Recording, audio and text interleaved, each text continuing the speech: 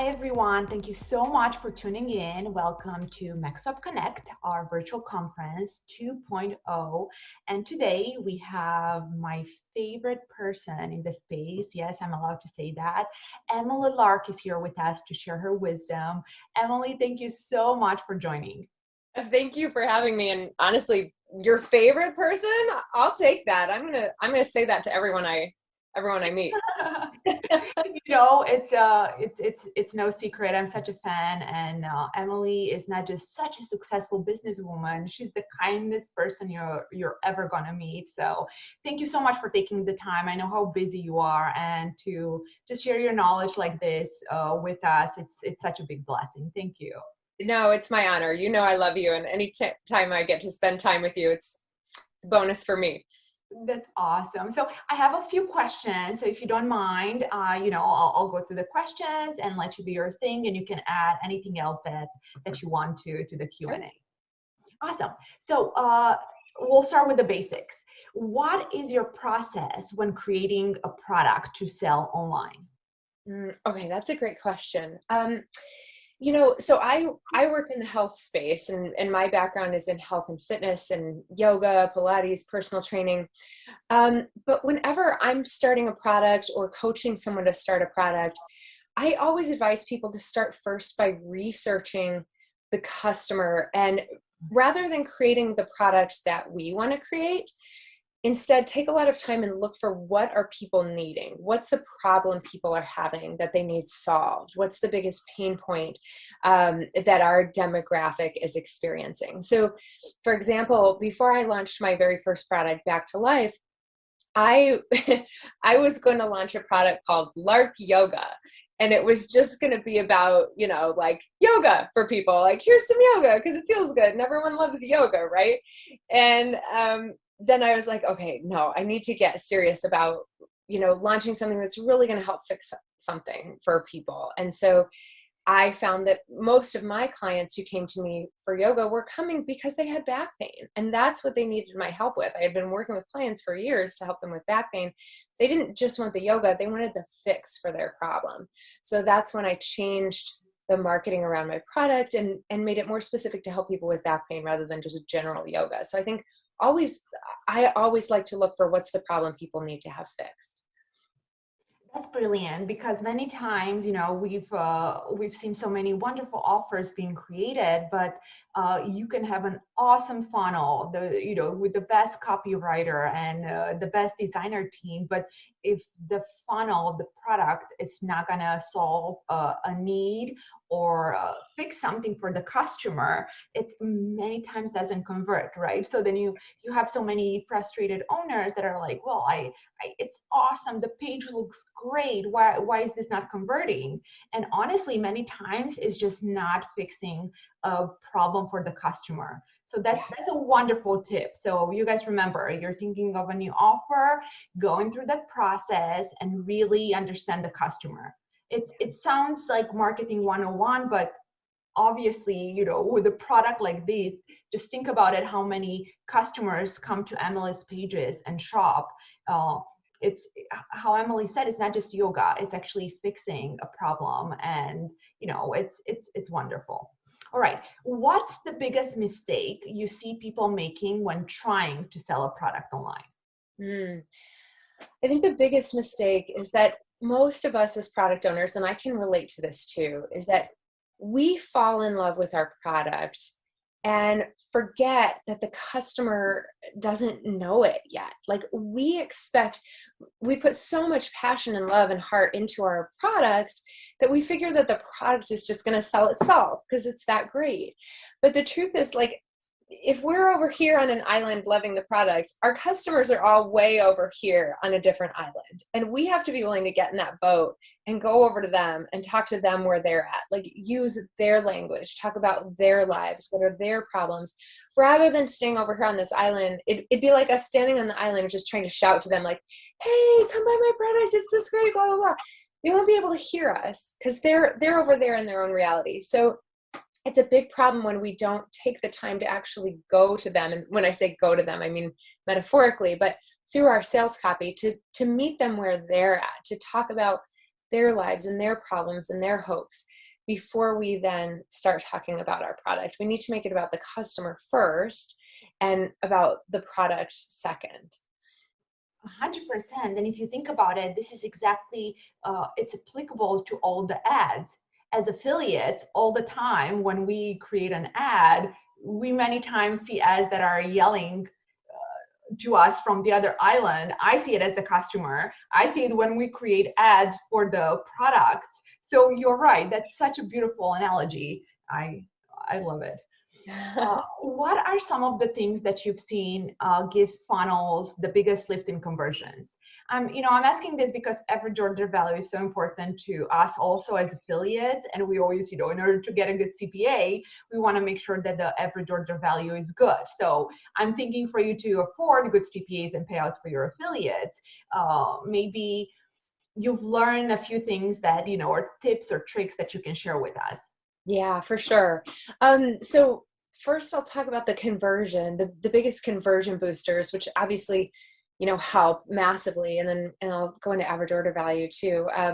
So as far as conversions go, by far the biggest thing that I have seen with myself or the people I coach, the biggest needle mover is having someone who's good on camera, going on camera and talking about the product and connecting with the customer on camera. When I first launched my product, it was just all stock video and a voiceover. And someone suggested to me, actually, it was Cody Bramlett. I'll never forget. We were at this event at TNC, and he was like, "Have you tried going on camera? You should do that." And I was like really private and shy, and I was like, "No, I'm not gonna do that." And he was like, "You should do it. Just give it a try." So I did. I filmed myself on camera, literally doubled my conversions, gave me a 100% conversion increase. And in the years since then, I have never beat that one change. That was by far the biggest needle mover. And I think a lot of people think, well, I'm not good on camera, or I don't have someone who can be good on camera. It does take a little bit of practice. Like, it's not something that comes naturally to anybody, but it can be practiced. Like, even just going on Facebook Live from time to time and getting confident and comfortable talking to people. Like you're wonderful on camera. I'm sure it didn't come overnight. You've been doing this for a long time. Not at all. Anyone who knows me well knows that I'm a nerd. I'm an introvert. I got into IT and this work because I'm way better at the back end. I'm good at business, but I just practiced. I practiced and I tried. I asked for help and asked for tips on what we can do to be more relatable. And I always remember to slow down when I speak and make sure I'm not in a hurry. But you're right. That's such a great advice. And I bet a lot of people listening to us right now already have an offer. It's probably a TSL, which is the text sales letter. And for us as affiliates, we have seen the best conversions with a video. So if you can change anything, please take Emily's advice. If you're not comfortable getting on camera, maybe one of your partners will, or maybe you can find someone that's really good. I mean, we have noticed how testimonials work well, right? Yes. And exactly. And that was actually the second thing I was going to say. That's been probably one of the second biggest conversion booster is having live testimonials from real customers. So that's such a great idea. And as if you don't have someone who wants to be the face of the product, then maybe find a customer who's willing to be a spokesperson, or at least start with some testimonials. What I like to do is when I have customers who write in and talk about their stories about how the product has helped them, or even if they post on Facebook, and they'll post, this program helps change my life and whatever, we reach out to them right away and we say, will you get on a Zoom call and tell us about it? We would love to, obviously, we'd like to use this as a testimonial, but I get on camera and I talk with them face to face and really have a conversation. It works a lot better to do it that way than just asking people to send in a video testimonial. I'll get on the phone like for an hour with people and we just talk and I get to know them, and video testimonials is huge for increasing the. I'm so glad you shared that, because I have seen conversation from product owners asking, what's the best way for me to ask for a testimonial, right? So that's great advice, because if you make it personal and you actually reach out to them, and it's not just them by themselves filming something in in your backyard. That's fantastic. All right, Oh, what are your tips for creating upsells to help increase the cart value? Upsells are important in our industry as well. yes, perfect. Yeah. So now let's get to the AOV and the upsell. So obviously upsells are just as important to the funnel as that front end offer and its conversion rates. When I'm creating upsells, I like to think of 3 different scenarios that I create them for in order to increase the conversions of them and get that cart value up. The first is it's easy to sell a customer an upsell if you're just selling them more of what they already bought. So for supplements, maybe they buy 1 or a couple bottles on the front end, and then you just sell them more supplements in the upsell funnel. Or for info offer, let's say you're selling them weight loss exercise videos, and then you just sell them more of those on the back end. Maybe you sell them the 365-day program on the back end. So that's the first upsell strategy. Sell them more of what they've already bought. The second strategy is to sell them something that's going to help them get the results of their main product faster or easier. So maybe like an accelerator. So for example, I bought these like resistance band exercise things from this dude online. And one of the first upsells was this vibration plate that you can stand on while doing the exercises. That's supposed to like triple the gains that you get while doing the exercises. So I totally bought it. Like I totally bought this like vibration thing that I now stand on while I'm doing the exercises. So that's like, because it's going to give me better and faster results that I was already looking for from the initial exercise bands I bought. The third thing that I don't hear a lot of people talking about, but this has worked pretty well for me, is to create an upsell that is going to address either an ancillary pain point or ancillary benefit. So an ancillary pain point that your customers usually have, or an ancillary benefit that your main product gives them. So for example, a lot of my customers with back pain also have a lot of stress. And sometimes that's part of the reason they have back pain is because of the stress in their lives. So one of my upsells is something just to help them de-stress. Or let's say someone's selling a supplement for sleep, like a sleeping supplement. Mm-hmm. Well, one of the ancillary pain points that their customers might have is that they feel draggy during the day. So maybe an upsell would be a supplement that they take that helps give them natural energy boost during the day. So it's not the same, and it's not giving them faster results, but it's treating an ancillary pain point or giving them an ancillary benefit. So those are the 3 ways I like to angle the upsells in order to help boost the average order value. That's awesome. So helpful. So now I'm already envisioning funnels, and, when we create campaigns for our product owners, we're huge nerds and we always test. So I wanted to ask you, when we test a campaign, for us it's easier because we'll do a small pre-sale that's sends to your video sales letter, which is really good in selling. But when we test a lot. And what I mean by that, we change the headline. We change the thumbnail. Like if we're on Facebook, the thumbnail is the picture you see before pressing on the video. And then we have maybe 8 variations of each, and we test. So for you as the product owner, when you test your offer to see how it converts, do you do anything like that? Do you try different headlines? Do you try different colors on the background? I'm just curious on the process when you are trying to figure out what works best for the offer. Oh yeah, we test all of that all the time. And it's funny because sometimes like a headline will lose a split test 12 months ago, and then we try it again now and it'll actually win the split test because it's newer or fresher. So we are, I mean, this offer, it's been like almost 5 years running, and I've tested the background. We change the background all the time. We change the headlines, the thumbnails, the buy button colors, everything. The biggest needle movers are where we make big changes to the VSL itself.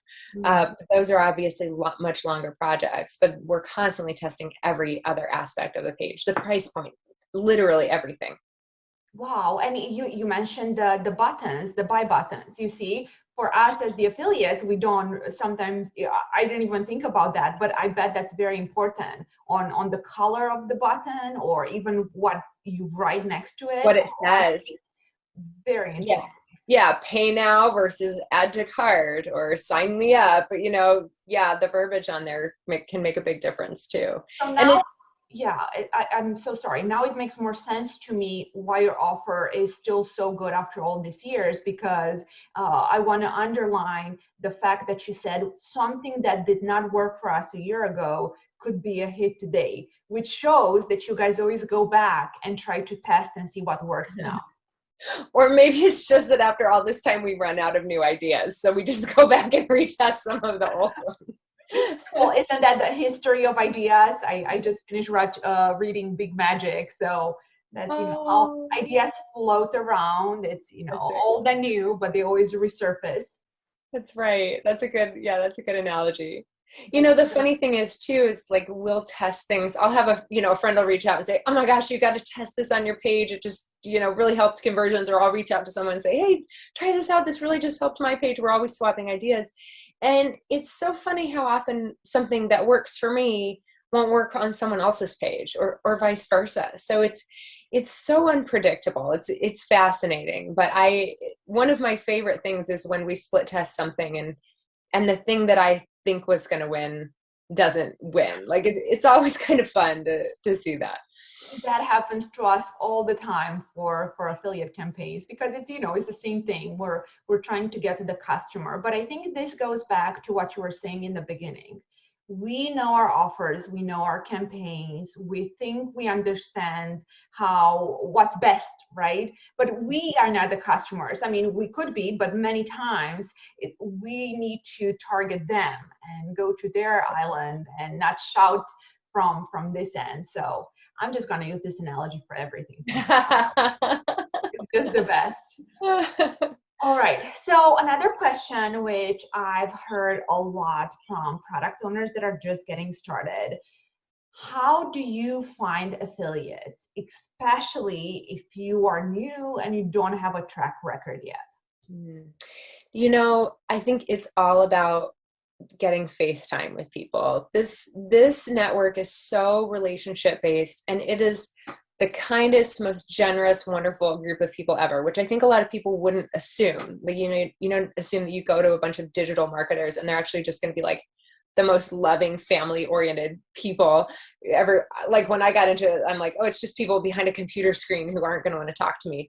But it's the opposite of that. So go to as many events as you can. And if you go to one or two events and you don't really get anywhere and you don't find affiliates, that's okay. That's actually a really normal part of the process. It's the repeat FaceTime that works. So like, for example, Jeff, I don't know if you guys might still remember Jeff Swirsky. He used to be with Healthy Back Institute. He's not anymore, sadly, but I love Jeff. I met him at 3 different conferences, and I would go up to him and say, hey, I have this back pain product. And he'd be like, yeah, I don't think, we're going to do it because we do back pain, and sorry. And then saw him at the next conference, kind of got to know him a little bit more. Here I was again, that same girl up in his face, and, started to become friends with him. And he's like, yeah, but, we can't, we're too competitive. And then by the third one, he's like, all right, maybe I'll try it out. And Healthy Back Institute is now by far one of my biggest partners. They promote for me all of the time. I promote for them all the time. We literally every month we're sending each other traffic. But it took 3 times meeting him in person for him to want to, like, I don't know if I wore him down or whatever, but when you see people over and over again, they start to feel like friends. It's that repeat of FaceTime. Don't expect to get super far on the first time. Go back over and over and over again. If you feel like you're getting nowhere the first few times, you are. It's just the first few times suck, and you have to push through and keep going back. And then soon you're the familiar face in the room, and people do want to talk to you.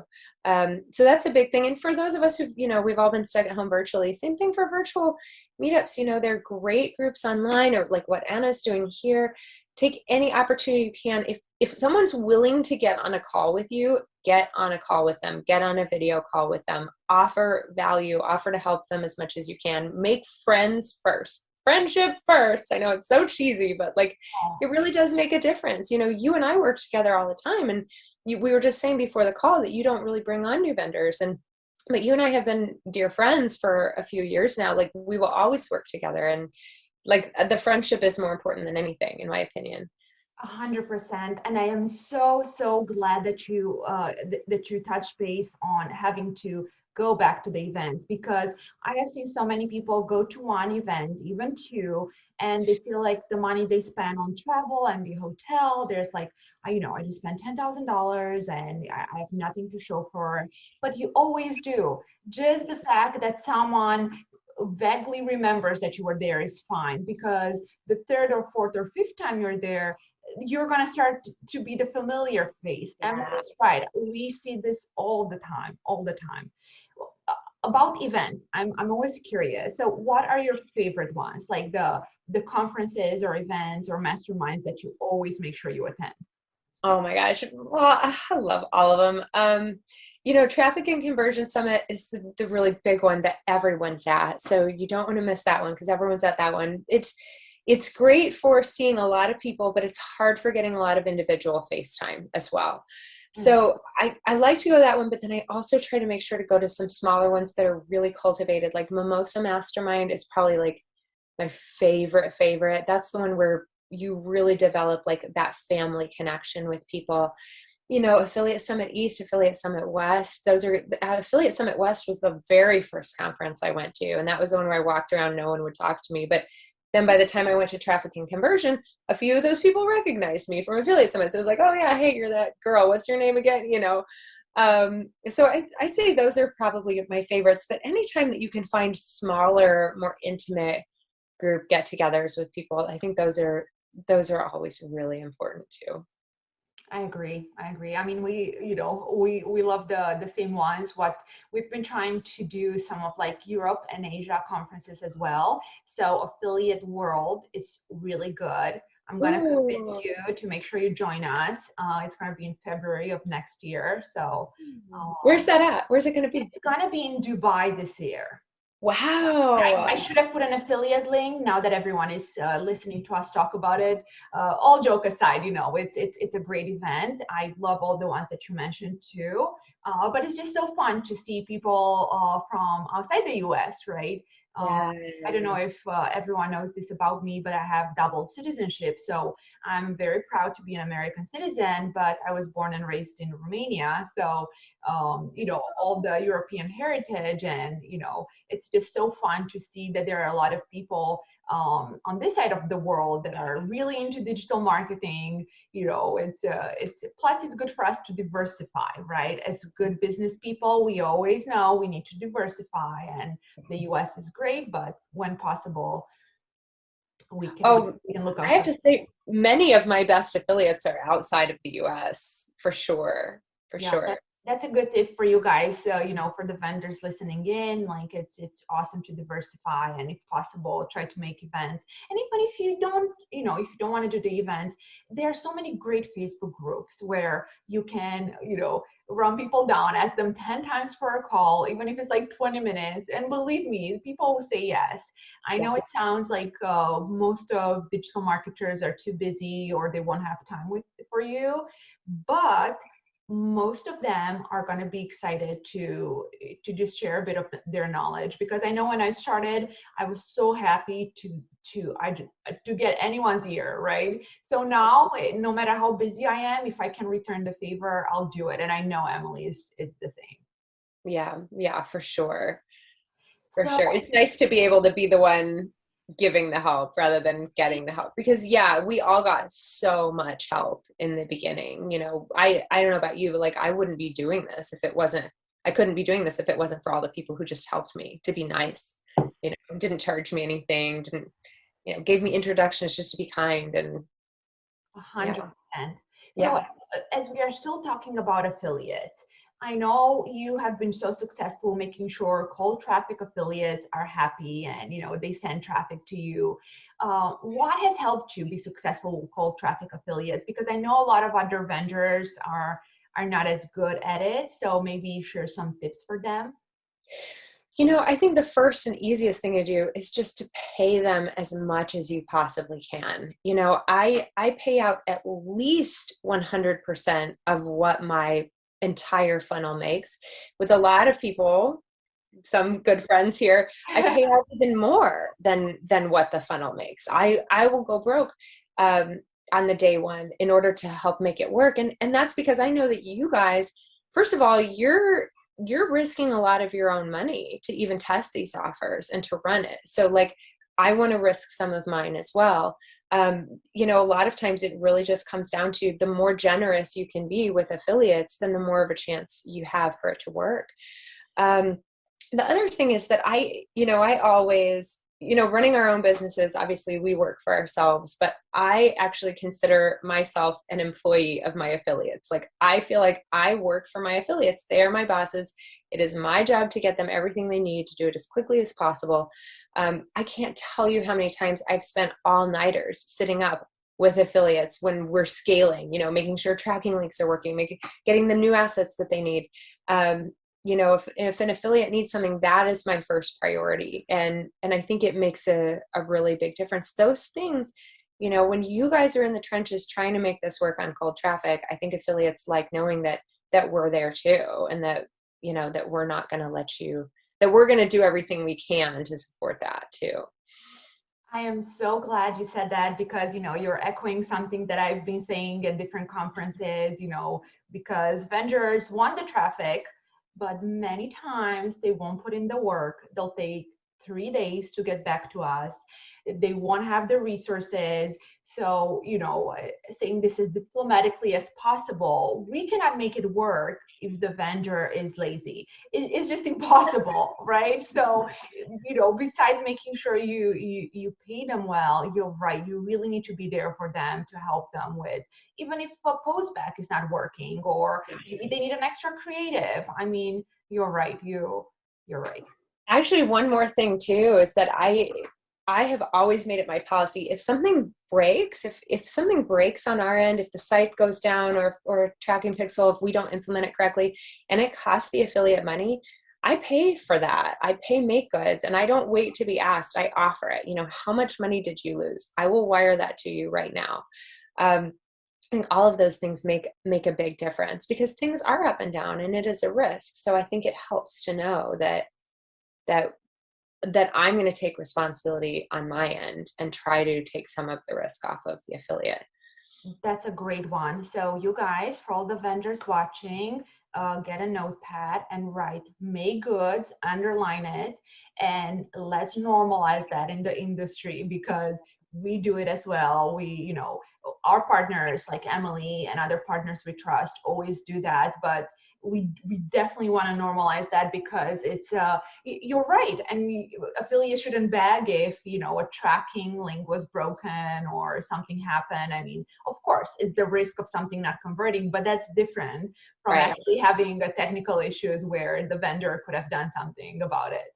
Yeah, and it's worth it. You may pay out a few $1,000s in make goods, but you will make way more than that by maintaining the relationship. Yeah, and they'll trust you. You guys, if you're a decent human, you're going to be making a lot of money. I mean, as pragmatically as that sounds, if you're a good human, you're going to pay people on time.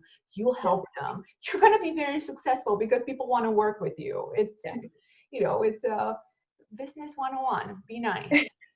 That's right. This is 101. Be nice. It's so true, but it goes so far in this industry. It really makes a big difference. It truly does. All right, so a couple more questions. I try to make I want to have all the speeches at like the 30-40 minutes, because a lot of our common friends are able to join into this for our affiliates. So I'm so curious to know, like in my business, I always think one of the best and most, our assets are our people, right? So I'm looking at my team, and I always like to ask other business individuals this question: what do you think is the most important employee or person in your company, someone that you would really advise another vendor or another friend opening their own business, creating their own offer? Who should be their first hire or the most important hire once they can afford it? Mm. Oh, that's such a good question. So I have a very, very, very small team. I actually really have just two people who I work with. And the first is my tech guy. If you can find a good tech person, do not let them go, because it can be hard to find someone who will always be on with you and always do good work. So if you find a good tech person, treat them like gold, because they are the ones, right, who bring our vision to life and make sure it runs. But after that, I have a woman who works for me who runs a lot of my operations, and um, strangely enough, she started for me as a customer service rep. And she was so good and had so much attention to detail. She would reach out to me, "Hey, Emily, I think, I'm seeing a trend of what customers are complaining about." And she would find like things that were broken, or a page had gone down or something, just from what customers had said. She would like sniff around and figure it out. And so I started growing her up. So for me, she is super valuable because she's that very detailed, very on it person who can be like my second set of eyes with things in the business. So for me, it's those two people really. And I do have the customer service team as well, which are really important. I'd say one thing about customer service too, don't skimp on that either. Hire people who are going to be kind to your customers and empathetic, and makes a really big difference too. That's wonderful advice. I agree. For us is, the tech team, and Dan, our CTO. Dan, if you're watching, you see, I do say nice things about you. But when I had the idea of MaxWeb, it was just myself and Dan, the CTO.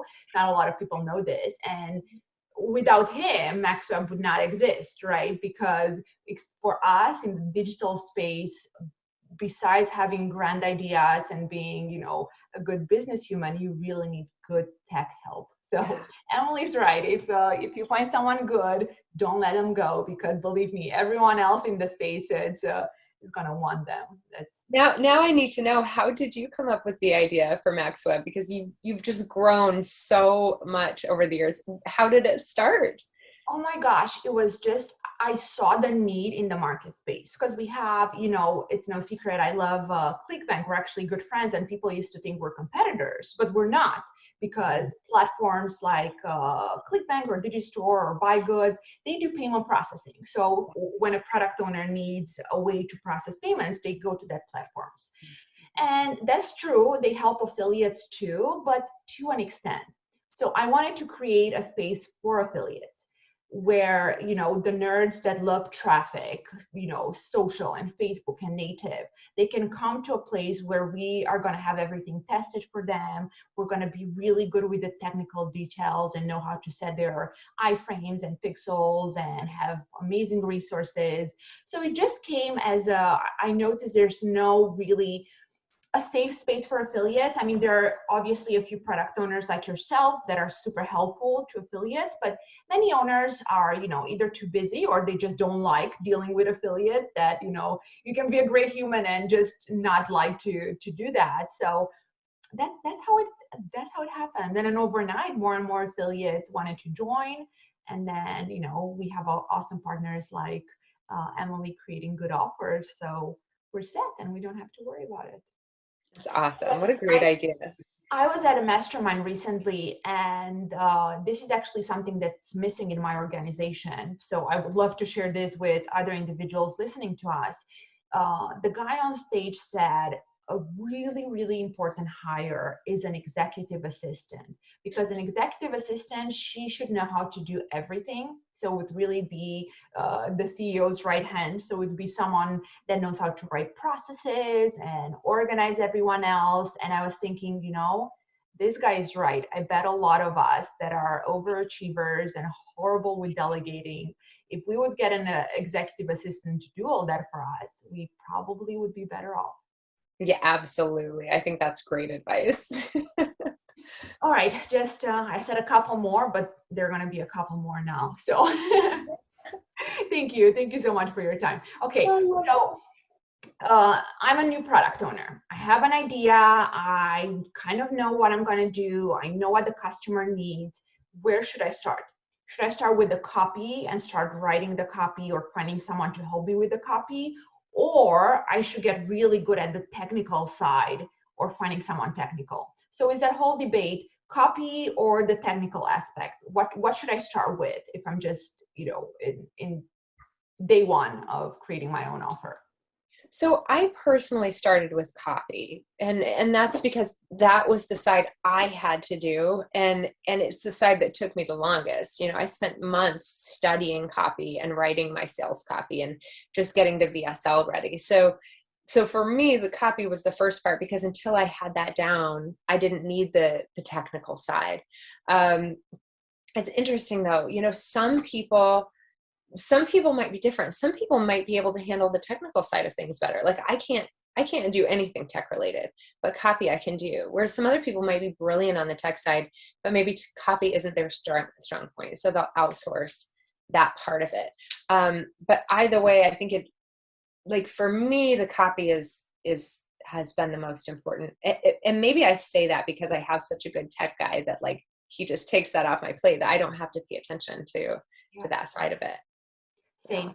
And, just to add on that, the offers that I really have seen do thousands and thousands of sales in our space, they all start with really good copy because, I've seen pages with typos in them that convert beautifully, honestly, because the message is so emotional and wonderful.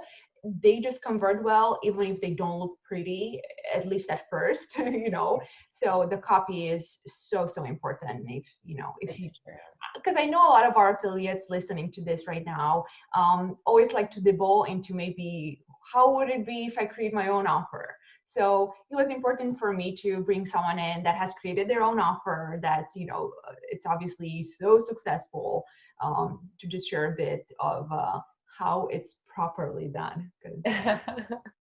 Yeah, I agree. I think it is all about the copy. And funny you said that. I had a typo in the headline above my VSL for the first 6 months that it was scaling. Oh my gosh, I had no idea, but I've seen it with other friends. I mean, I completely missed it, and but it converted, right? Oh, it converted like crazy. I'm like, how is it? And the funny thing, when you look at something so many times, you just don't see it. I'm like, how did I not see that? And how did customers not see that? But yeah, it's still converted. Yeah, the message, because it was, you were hitting those needs and those fixes, the fix for the customer. That was important. Yeah. All right. So the last question, I promise, for all our friends that are listening in or watching, what would be your number one advice you want them to take away from our chat today if they're thinking about creating an offer? Number one advice, that piece of wisdom they're going to take away from our chat here. My gosh. Okay. Oh, number one advice. I would say just be willing to get obsessed with marketing. Be willing to set everything else aside that you do and get obsessed with the marketing time. There's the time to create the product and the time for everything else, but be willing to make that your full-time job, is studying marketing and developing that skill, because that's, I think, for selling an offer, I think that's the most important skill you can have. That's wonderful. I agree. It's fantastic. And, as someone that has done a lot of business related schooling, my academic pedigree is related to business, but I had to get obsessed with marketing to the point where even if you hear me speak, I always talk about traffic and marketing and headlines and thumbnails. So that's wonderful advice. Thank you. Thank you so much, Emily. I'm so honored that you cut out the time to do this for us. I appreciate you so much. Oh my gosh, I love it, Anna. Anything for you, and really enjoyed this time with you. Thank you so much. All right, guys, we're gonna get ready for our next speaker. Stay tuned. We love you. And if you have any questions for Emily, we'll make sure to get them to her and bring them right back to you. All right. Thank you, guys.